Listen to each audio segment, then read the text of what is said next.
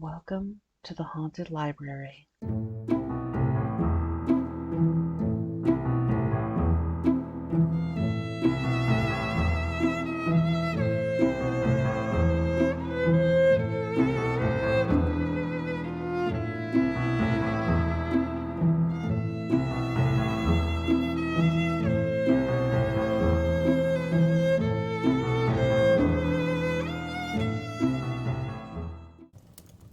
Welcome, readers, to the first installment of The Legend of Sleepy Hollow by Washington Irving. Sleepy Hollow, a quiet little village near the eastern shore of the Hudson River. Here descendants from the original Dutch settlers live in peace and harmony, only occasionally disturbed by the ghosts and spirits that they firmly believe haunt this enchanted area. The spirit who seems to command all the others is a headless horseman, known by some as the Galloping Hessian, who is frequently sighted as he rides through the countryside in search of his head, which he lost in battle during the Revolutionary War. In Sleepy Hollow you will meet Ichabod Crane, the village schoolteacher and singing master, who delights the villagers with his stories of New England witchcraft and dire omens. You will become acquainted with Katrina Van Tassel, the rosy-cheeked young daughter of a wealthy Dutch farmer. And you will certainly be impressed by young Brom Van Blunt, known as Brom Bones, who is famous round the countryside for his feats of strength, his expert horsemanship, and his daring adventures. Now, come to Sleepy Hollow. Don't be frightened by the ghosts and goblins, fearful shapes and dark shadows, strange sounds and eerie gusts of wind. Enter this pretty village and discover the legend that made it famous. In the bosom of one of those spacious coves which indent the eastern shore of the Hudson, at that broad expansion of the river denominated by the ancient Dutch navigators the Tappan Zee, and where they always prudently shortened sail and implored the protection of St. Nicholas when they crossed, there lies a small market town, or rural port, which is by some called Greensburg, but which is more generally and properly known by the name of Tarrytown. This name was given, we are told, in former days by the good housewives of the adjacent country, from the inveterate propensity of their husbands to linger about the village tavern on market days. Be that as it may, I do not vouch for the fact, but merely advert to it for the sake of being precise and authentic. Not far from this village, perhaps about 2 miles, there is a little valley, or rather lap of land among high hills, which is one of the quietest places in the whole world. A small brook glides through it, with just murmur enough to lull one to repose, and the occasional whistle of a quail or tapping of a woodpecker is almost the only sound that ever breaks in upon the uniform tranquillity. I recollect that when a stripling, my first exploit in squirrel shooting was in a grove of tall walnut trees that shades one side of the valley. I had wandered into it at noontime, when all nature is peculiarly quiet, and was startled by the roar of my own gun as it broke the Sabbath stillness around, and was prolonged and reverberated by the angry echoes. If ever I should wish for a winter retreat, whether I might steal from the world and its distractions, and dream quietly away the remnant of a troubled life, I know of none more promising than this little valley.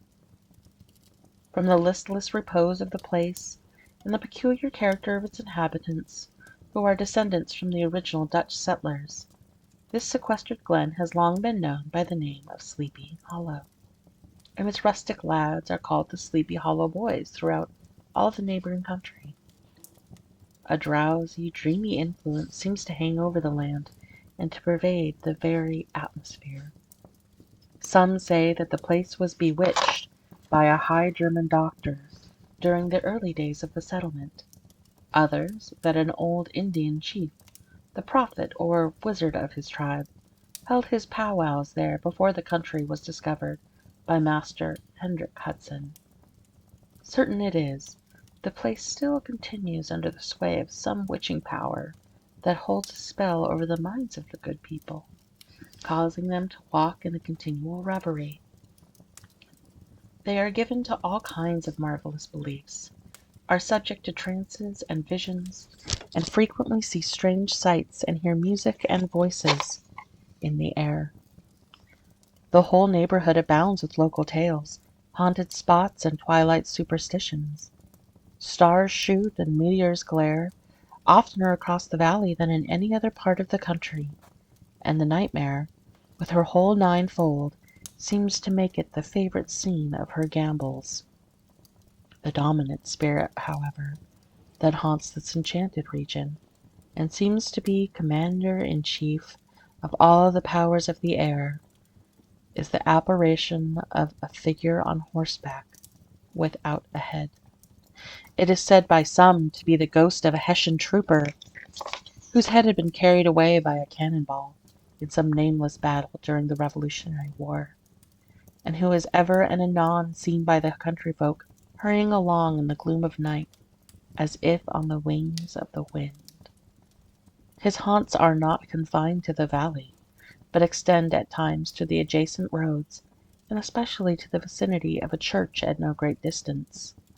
Indeed, certain of the most authentic historians of those parts, who have been careful in collecting and collating the floating facts concerning the spectre, allege that, the body of the trooper having been buried in the churchyard, the ghost rides forth to the scene of battle in nightly quest of his head, and that the rushing speed with which he sometimes passes along the hollow, like a midnight blast, is owing to his being belated and in a hurry to get back to the churchyard before daybreak.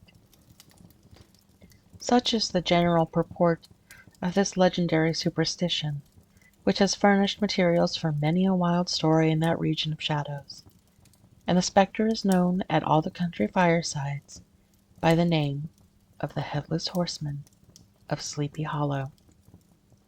It is remarkable that the visionary propensity I have mentioned is not confined to native inhabitants of the valley, but is unconsciously imbibed by everyone who resides there for a time. However wide awake they may have been before they entered the sleepy region, they are sure in a little time to inhale the witching influence of the air, and begin to grow imaginative, to dream dreams, and see apparitions. I mention this peaceful spot with all possible laud, for it is in such little retired Dutch valleys, found here and there embosomed in the great state of New York, that population, manners, and customs remain fixed, while the great torrent of migration and improvement, which is making such incessant changes in other parts of this restless country, sweeps by them unobserved. They are like those little nooks of still water, which border a rapid stream, where we may see the straw and bubble riding quietly at anchor, or slowly revolving in their mimic harbor, undisturbed by the rush of the passing current. Though many years have elapsed since I trod the drowsy shades of Sleepy Hollow, yet I question whether I should not still find the same trees, and the same families vegetating in its sheltered bosom. In this by-place of nature there abode, in a remote period of American history, that is to say some 30 years since, a worthy ghost by the name of Ichabod Crane, who sojourned, or, as he expressed it, tarried, in Sleepy Hollow for the purpose of instructing the children of the vicinity. He was a native of Connecticut, a state which supplies the Union with pioneers for the mine, as well as for the forest, and sends forth yearly its legions of frontier woodsmen and country schoolmasters. Cognomen of Crane was not inapplicable to his person. He was tall, but exceedingly lank, with narrow shoulders, long arms and legs, hands that dangled a mile out of his sleeves, feet that might have served for shovels, and his whole frame most loosely hung together. His head was small and flat at top, with huge ears, large green glassy eyes, and a long snipe nose, so that it looked like a weathercock perched upon his spindle neck to tell which way the wind blew. To see him striding along the profile of a hill on a windy day, with his clothes bagging and fluttering about him, one might have mistaken him for the genius of famine descending upon the earth, or some scarecrow eloped from a cornfield. His schoolhouse was a low building of one large room, rudely constructed of logs, the windows partly glazed and partly patched with leaves of old copybooks. It was most ingeniously secured at vacant hours by a slender twig twisted in the handle of the door, and stakes set against the window shutters, so that, though a thief might get in with perfect ease, he would find some embarrassment in getting out, an idea most probably borrowed by the architect Joost van Houten from the mystery of an eel pot. The schoolhouse stood in a rather lonely but pleasant situation, just at the foot of a woody hill, with a brook running close by, and a formidable birch tree growing at one end of it. From hence the low murmur of his pupils' voices, memorizing their lessons, might be heard on a drowsy summer's day, like the hum of a bee-hive, interrupted now and then by the authoritative voice of the master in the tone of menace or command, or possibly by the appalling sound of the birch as he urged some tardy loiterer along the flowery path of knowledge. Truth to say, he was a conscientious man, and always bore in mind the golden maxim, "Spare the rod and spoil the child." Ichabod Crane's scholars certainly were not spoiled. I would not have it imagined, however, that he was one of those cruel potentates of the school who take joy in the pain of their subjects. On the contrary, he administered justice with discrimination rather than severity, taking the burden off the backs of the weak and laying it on those of the strong. Your mere puny stripling, who winced at the least flourish of the rod, was passed by with indulgence, but the claims of justice were satisfied by inflicting a double portion on some little tough, wrong-headed Dutch urchin, who sulked and swelled and grew dogged and sullen beneath the birch. All this he called doing his duty by their parents, and he never inflicted a chastisement without following it by the assurance, so consolatory to the smarting urchin, that he would remember it and thank him for the longest day he had to live. When school hours were over, he was even the companion and playmate of the larger boys, and on holiday afternoons would convoy home some of the smaller ones who happened to have pretty sisters, or good housewives for mothers, noted for the comforts of the cupboard. Indeed, it behooved him to keep on good terms with his pupils. The revenue arising from his school was small, and would have scarcely been sufficient to furnish him with daily bread, for he was a huge feeder, and, though lank, had the dilating powers of an anaconda. But to help out his maintenance he was, according to country custom in those parts, boarded and lodged at the houses of the farmers whose children he instructed. With these he lived successively a week at a time, thus going the rounds of the neighborhood with all his worldly effects tied up in a cotton handkerchief.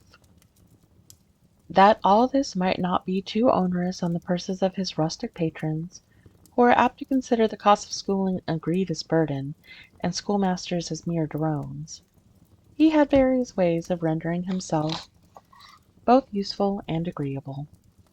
He assisted the farmers occasionally in the lighter labors of their farms, helped to make the hay, mended the fences, took the horses to water, drove the cows from pasture, and cut wood for the winter fire.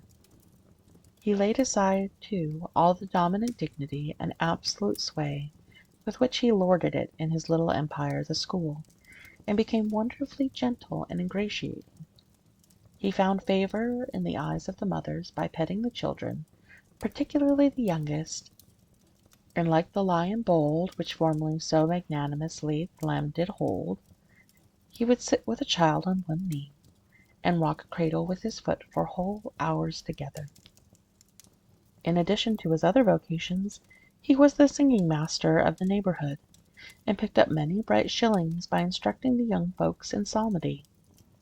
It was a matter of no little vanity to him on Sundays to take his station in front of the church gallery with a band of chosen singers, where, in his own mind, he completely carried away the palm from the parson. Certain it is, his voice resounded far above all the rest of the congregation, and there are peculiar quavers still to be heard in that church, and which may even be heard half a mile off, quite to the opposite of the mill pond on a still Sunday morning, which are said to be legitimately descended from the nose of Ichabod Crane.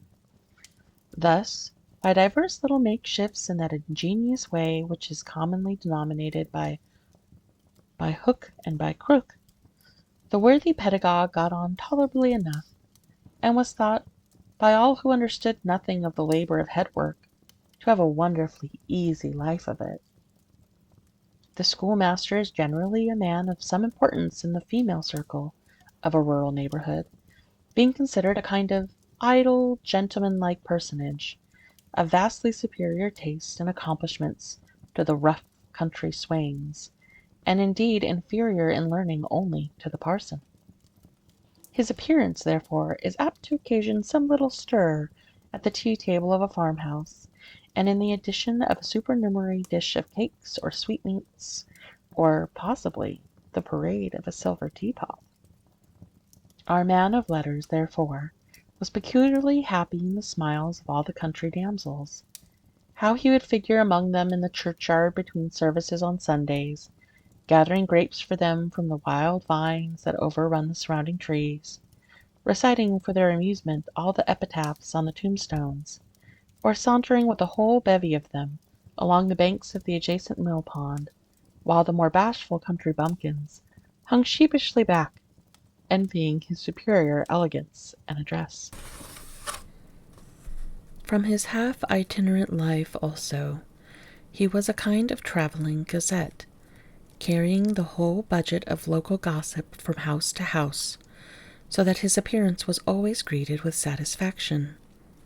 He was, moreover, esteemed by the women as a man of great erudition, for he had read several books quite through, and was a perfect master of Cotton Mather's History of New England Witchcraft, in which, by the way, he most firmly and potently believed. He was, in fact, an odd mixture of small shrewdness and simple credulity. His appetite for the marvelous, and his powers of digesting it, were equally extraordinary, and both had been increased by his residence in this spell-bound region. No tale was too gross or monstrous for his capacious swallow. It was often his delight, after his school was dismissed in the afternoon, to stretch himself on the rich bed of clover, bordering the little brook that whimpered by his schoolhouse, and there read old Mather's direful tales until the gathering dusk of the evening made the printed page a mere mist before his eyes. Then, as he wended his way by swamp and stream and awful woodland to the farmhouse where he happened to be quartered, every sound of nature at that witching hour fluttered his excited imagination.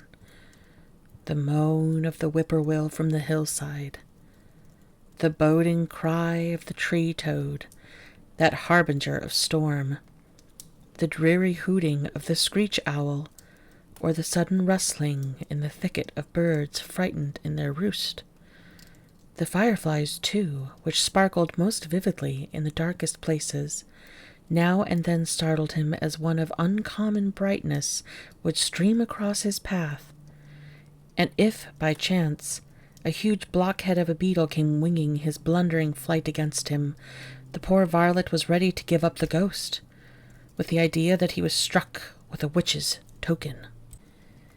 His only resource on such occasions, either to drown thought or drive away evil spirits, was to sing psalm tunes, and the good people of Sleepy Hollow, as they sat by their doors of an evening, were often filled with awe at hearing his nasal melody, in linked sweetness long drawn out, floating from the distant hill or along the dusky road.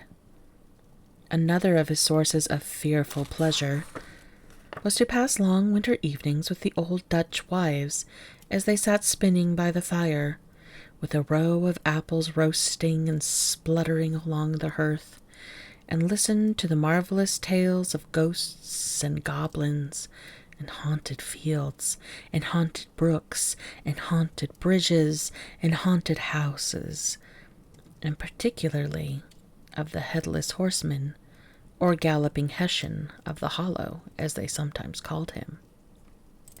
He would delight them equally by his anecdotes of witchcraft and of the direful omens and portentous sights and sounds in the air which prevailed in the earlier times of Connecticut, and would frighten them woefully with speculations upon comets and shooting stars, and with the alarming fact that the world did absolutely turn around, and that they were half the time topsy-turvy.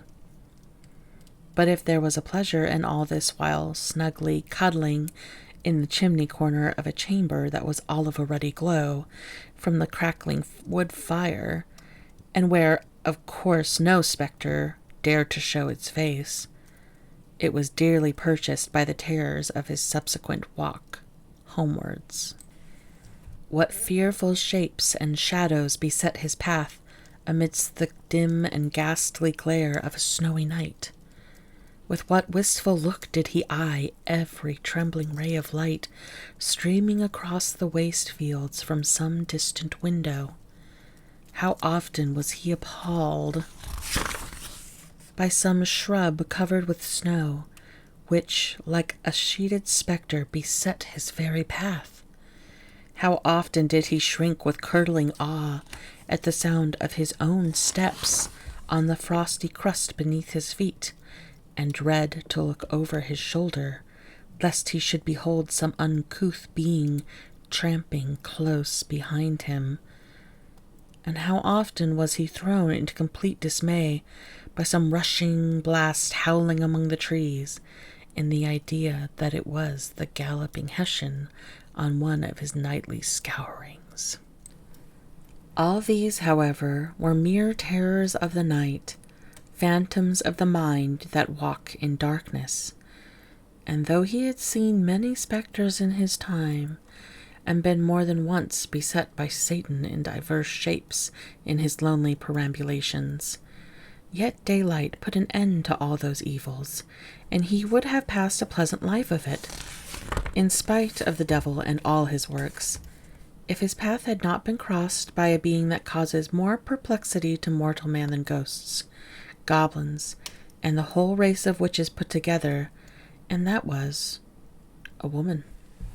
Among the musical disciples who assembled one evening in each week to receive his instructions in psalmody was Katrina Van Tassel, the daughter and only child of a substantial Dutch farmer.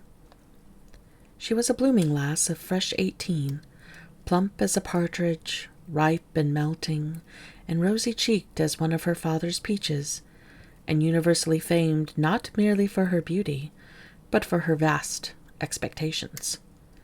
She was withal a little of a coquette, as might be perceived even in her dress, which was a mixture of ancient and modern fashions, as most suited to set off her charms.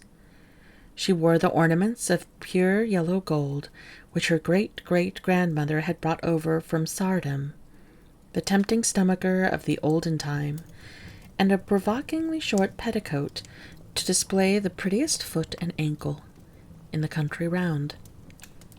Ichabod Crane had a soft and foolish heart towards the sex, and it is not to be wondered at that so tempting a morsel soon found favor in his eyes, more especially after he visited her in her paternal mansion. Old Baltus Van Tassel was a perfect picture of a thriving, contented, liberal-hearted farmer. He seldom, it is true, sent either his eyes or his thoughts beyond the boundaries of his own farm, but within those everything was snug, happy, and well-conditioned. He was satisfied with his wealth, but not proud of it, and prided himself upon the hearty abundance rather than the style in which he lived. Green, sheltered, fertile nooks in which the Dutch farmers are so fond of nestling. A great elm tree spread its broad branches over it, at the foot of which bubbled up a spring of the softest and sweetest water, in a little well formed of a barrel, and then stole sparkling away through the grass to a neighboring brook that bubbled along among alders and dwarf willows. Close by the farmhouse was a vast barn, which might have served for a church, every window and crevice of which seemed bursting forth with the treasures of the farm. The flail was busily resounding within it from morning to night. Swallows and martins skimmed twittering about the eaves, and rows of pigeons, some with one eye turned up, as if watching the weather, some with their heads under their wings or buried in their bosoms, and others swelling and cooing and bowing about their dames, were enjoying the golden sunshine on the roof. Sleek, unwieldy porkers were grunting in the repose and abundance of their pens, from where sallied forth now and then troops of suckling pigs as if to snuff the air. A stately squadron of snowy geese were riding in an adjoining pond, convoying whole fleets of ducks. Regiments of turkeys were gobbling through the farmyard, and guinea fowls fretting about it like ill-tempered housewives with their peevish, discontented cry. Before the barn door strutted the gallant cock, that pattern of a husband, a warrior, and a fine gentleman, clapping his burnished wings and crowing in the pride and gladness of his heart, sometimes tearing up the earth with his feet, and then generously calling his ever-hungry family of wives and children to enjoy the rich morsel which he had discovered. The pedagogue's mouth watered as he looked upon this sumptuous promise of luxurious winter fare. In his devouring mind's eye, he pictured to himself every roasting pig running about with a pudding in his belly and an apple in his mouth. The pigeons were snugly put to bed in a comfortable pie and tucked in with a coverlet of crust. The geese were swimming in their own gravy, and the ducks pairing cosily in dishes like snug married couples, with a decent competency of onion sauce. In the porkers he saw carved out the future sleek side of bacon and juicy, relishing ham. Not a turkey, but he beheld daintily trussed up, with its gizzard under its wing, and possibly a necklace of savory sausages, and even bright Chanticleer himself lay sprawling on his back in a side dish, with uplifted claws, as if craving that quarter which his chivalrous spirit disdained to ask while living. As the enraptured Ichabod fancied all this, and as he rolled his green, great eyes over the fat meadowlands, the rich fields of wheat, of rye, of buckwheat, and Indian corn, and the orchards burdened with ruddy fruit which surrounded the warm tenement of Van Tassel, his heart yearned after the damsel who was to inherit these domains, and his imagination expanded with the idea how they might be readily turned into cash, and the money invested in immense tracts of wild land and shingle palaces in the wilderness. Nay, his busy fancy already realized his hopes, and presented him to the blooming Katrina with a whole family of children, mounted on the top of a wagon loaded with household trumpery, with pots and kettles dangling beneath, and he beheld himself bestriding a pacing mare, with a colt at her heels, setting out for Kentucky, Tennessee, or the Lord knows where. When he entered the house, the conquest of his heart was complete. It was one of those spacious farmhouses, with high-ridged but lowly sloping roofs, built in the style handed down from the first Dutch settlers, the low projecting eaves forming a piazza along the front, capable of being closed up in bad weather. Under this were hung flails, harnesses, various utensils of husbandry, and nets for fishing in the neighboring river.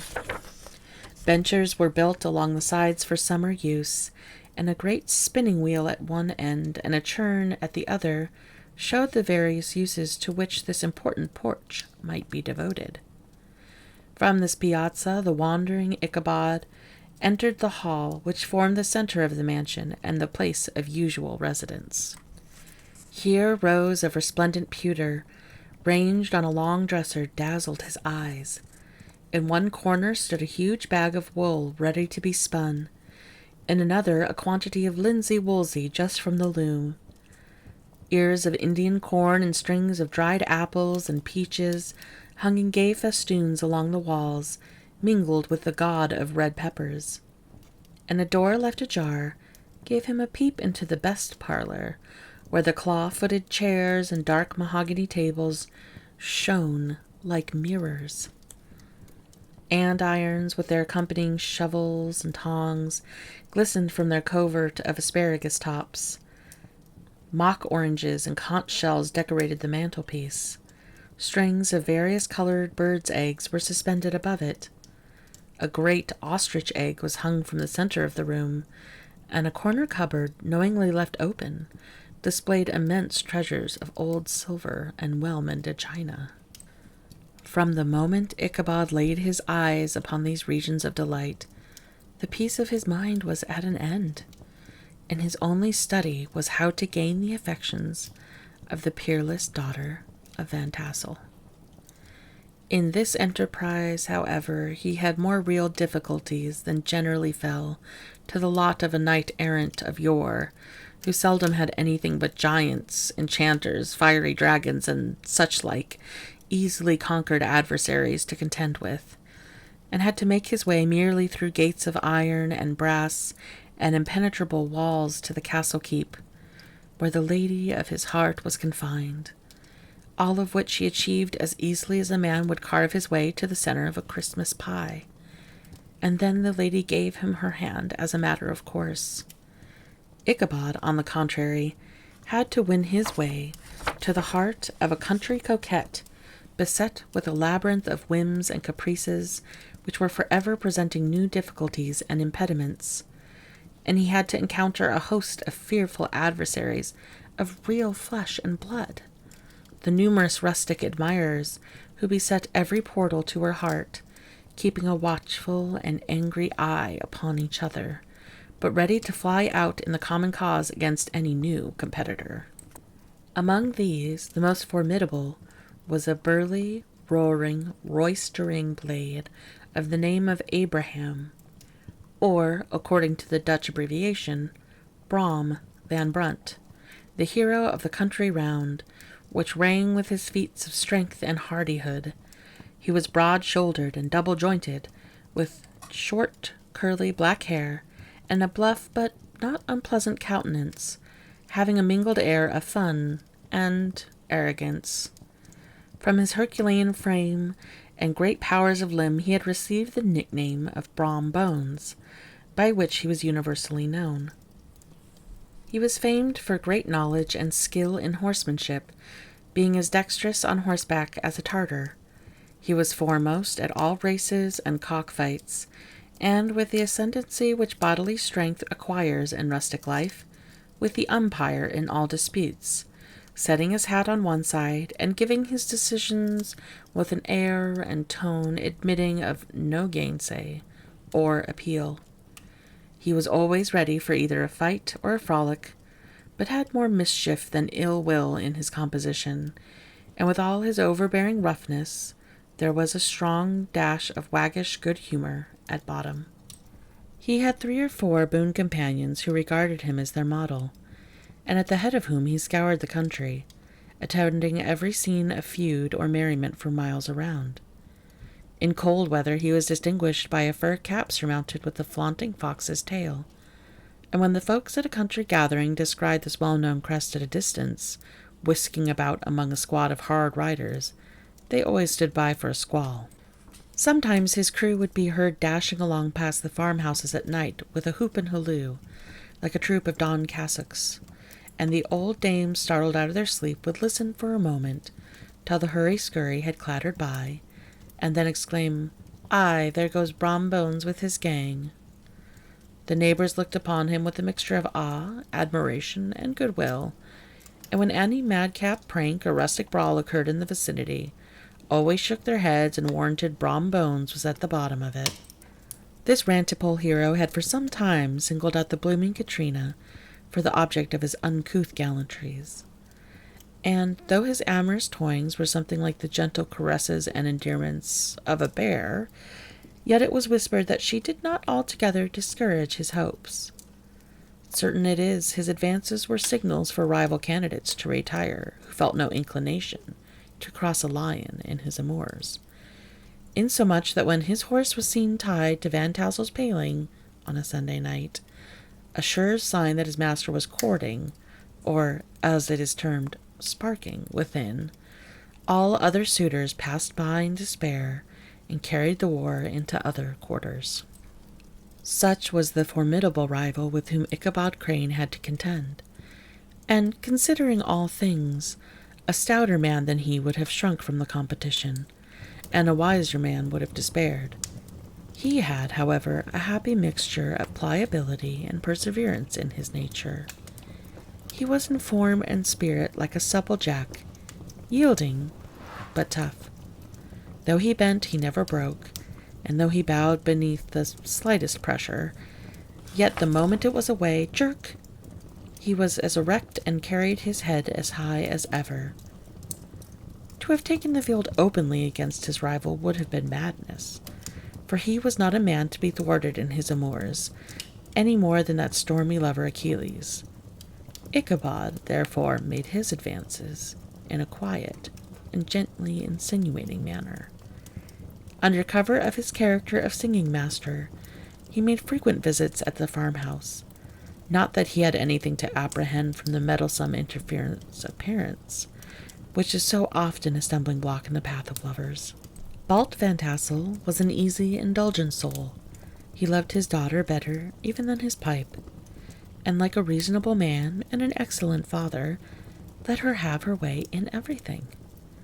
His notable little wife, too, had enough to do to attend to her housekeeping and manage her poultry, for as she sagely observed, ducks and geese are foolish things and must be looked after, but girls can take care of themselves. Thus, while the busy dame bustled about the house or plied her spinning wheel at one end of the piazza, honest Balt would sit smoking his evening pipe at the other, watching the achievements of a little wooden warrior who, armed with a sword in each hand, was most valiantly fighting the wind on the pinnacle of the barn.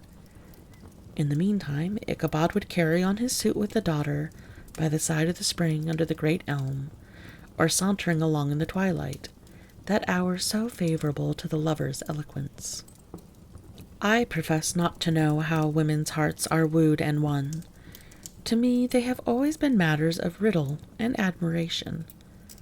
Some seem to have but one vulnerable point or door of access, while others have 1,000 avenues and may be captured in 1,000 different ways. It is a great triumph of skill to gain the former, but still a greater proof of generalship to maintain possession of the latter, for a man must battle for his fortress at every door and window. He who wins 1,000 common hearts is therefore entitled to some renown, but he who keeps undisputed sway over the heart of a coquette is indeed a hero. Certain it is this was not the case with the redoubtable Brom Bones, and from the moment Ichabod Crane made his advances, the interest of the former evidently declined. His horse was no longer seen tied at the palings on Sunday nights, and a deadly feud soon arose between him and the preceptor of Sleepy Hollow. Brom, who had a degree of rough chivalry in his nature, would fain have carried matters to open warfare, and have settled their pretensions to the lady according to the mode of those most concise and simple reasoners, the knight-errants of yore, by single combat. But Ichabod was too conscious of the superior might of his adversary to enter the lists against him. He had overheard a boast of Bones that he would double the schoolmaster up and lay him on a shelf of his own schoolhouse, and he was too wary to give him such an opportunity. There was something extremely provoking in this obstinately pacific system. It left Brom no alternative but to draw upon the funds of rustic waggery in his disposition, and to play off boorish practical jokes upon his rival. Ichabod became the object of whimsical persecution to Bones and his gang of rough riders. They harried his hitherto peaceful domains, smoked out his singing school by stopping up the chimney, broke into the schoolhouse at night in spite of its formidable fastenings of branches and window stakes, and turned everything topsy-turvy, so that the poor schoolmaster began to think all the witches in the country held their meetings there. But what was still more annoying, Brom took all opportunities of turning him into ridicule in the presence of Katrina, and he had a scoundrel dog whom he taught to whine in the most ludicrous manner, and introduced as a rival of Ichabod's to instruct her in psalmody. In this way matters went on for some time, without producing any material effect on the relative situation of the contending powers. On a fine autumnal afternoon, Ichabod, in a pensive mood, sat enthroned on the lofty stool from which he usually watched all the concerns of his little literary realm. In his hand he swayed a ferule, that scepter of despotic power. The birch of justice reposed on 3 nails behind the throne, a constant terror to evildoers, while on the desk before him might be seen sundry contraband articles and prohibited weapons detected upon the persons of idle urchins, such as a half-munched apple, pop-guns, whirligigs, fly-cages, and whole legions of rampant little paper gamecocks. Apparently there had been some appalling act of justice recently inflicted, for his scholars were all busily intent upon their books, or slyly whispering behind them with one eye kept upon the master, and a kind of buzzing stillness reigned throughout the schoolroom. It was suddenly interrupted by the appearance of a negro in tow-cloth jacket and trousers, a round-crowned fragment of a hat like the calf of Mercury, and mounted on the back of a ragged, wild, half-broken colt, which he managed with a rope by way of halter. He came clattering up to the school door with an invitation to Ichabod to attend a merrymaking or quilting frolic to be held that evening at Minor Von Tassel's. Having delivered his message with an air of importance, he dashed over the brook and was seen scampering away up the hollow, full of the importance and hurry of his mission. All was now hustle and hubbub in the schoolroom. The scholars were hurried through their lessons without stopping at trifles. Those who were nimble skipped over half with impunity, and those who were tardy had a smart application now and then in the rear to quicken their speed or help them over a tall word. Books were flung aside without being put away on the shelves, inkstands were overturned, benches thrown down, and the whole school was turned loose an hour before the usual time, bursting forth like a legion of young imps, yelping and racketing about the green in joy at their early emancipation. The gallant Ichabod now spent at least an extra half-hour at his toilet, brushing and furbishing up his best, and indeed only, suit of rusty black, and arranging his looks by a bit of broken-looking glass that hung in the schoolhouse. That he might make his appearance before his mistress in the true style of a cavalier, he borrowed a horse from the farmer with whom he was staying, a choleric old Dutchman by the name of Hans von Ripper, and thus, gallantly mounted, issued forth like a knight-errant in quest of adventures. But it is proper that I should, in the true spirit of a romantic story, give some account of the looks and equipment of my hero and his steed. The animal he bestrode was a broken-down plough-horse that had outlived almost everything but his viciousness. He was gaunt and shaggy, with a yew neck and a head like a hammer. His rusty mane and tail were tangled and knotted with burrs. One eye had lost its pupil and was glaring and spectral, but in the other had the gleam of a genuine devil in it. Still, he must have had fire and metal in his day, if we may judge from the name he bore, of gunpowder. He had, in fact, been a favorite steed of his master's, the choleric Von Ripper, who was a furious rider, and had infused, very probably, some of his own spirit into the animal. For, old and broken down as he looked, there was more of the lurking devil in him than in any young filly in the country. Ichabod was a suitable figure for such a steed. He rode with short stirrups, which brought his knees nearly up to the pommel of the saddle. His sharp elbows stuck out like grasshoppers. He carried his whip perpendicularly in his hand like a scepter, and as his horse jogged on, the motion of his arms was not unlike the flapping of a pair of wings. A small wool hat rested on the top of his nose, for so his scanty strip of forehead might be called, and the skirts of his black coat fluttered out almost to the horse's tail. Such was the appearance of Ichabod and his steed, as they shambled out of the gate of Hans von Ripper, and it was altogether such an apparition as is seldom to be met with in broad daylight. And that brings us to the end of the first installment of The Legend of Sleepy Hollow by Washington Irving. Thank you for joining me at the Haunted Library, and don't forget to come back to find out what happens when that school teacher Ichabod Crane attends the Van Tassel's party, and we read the frightening conclusion of this story.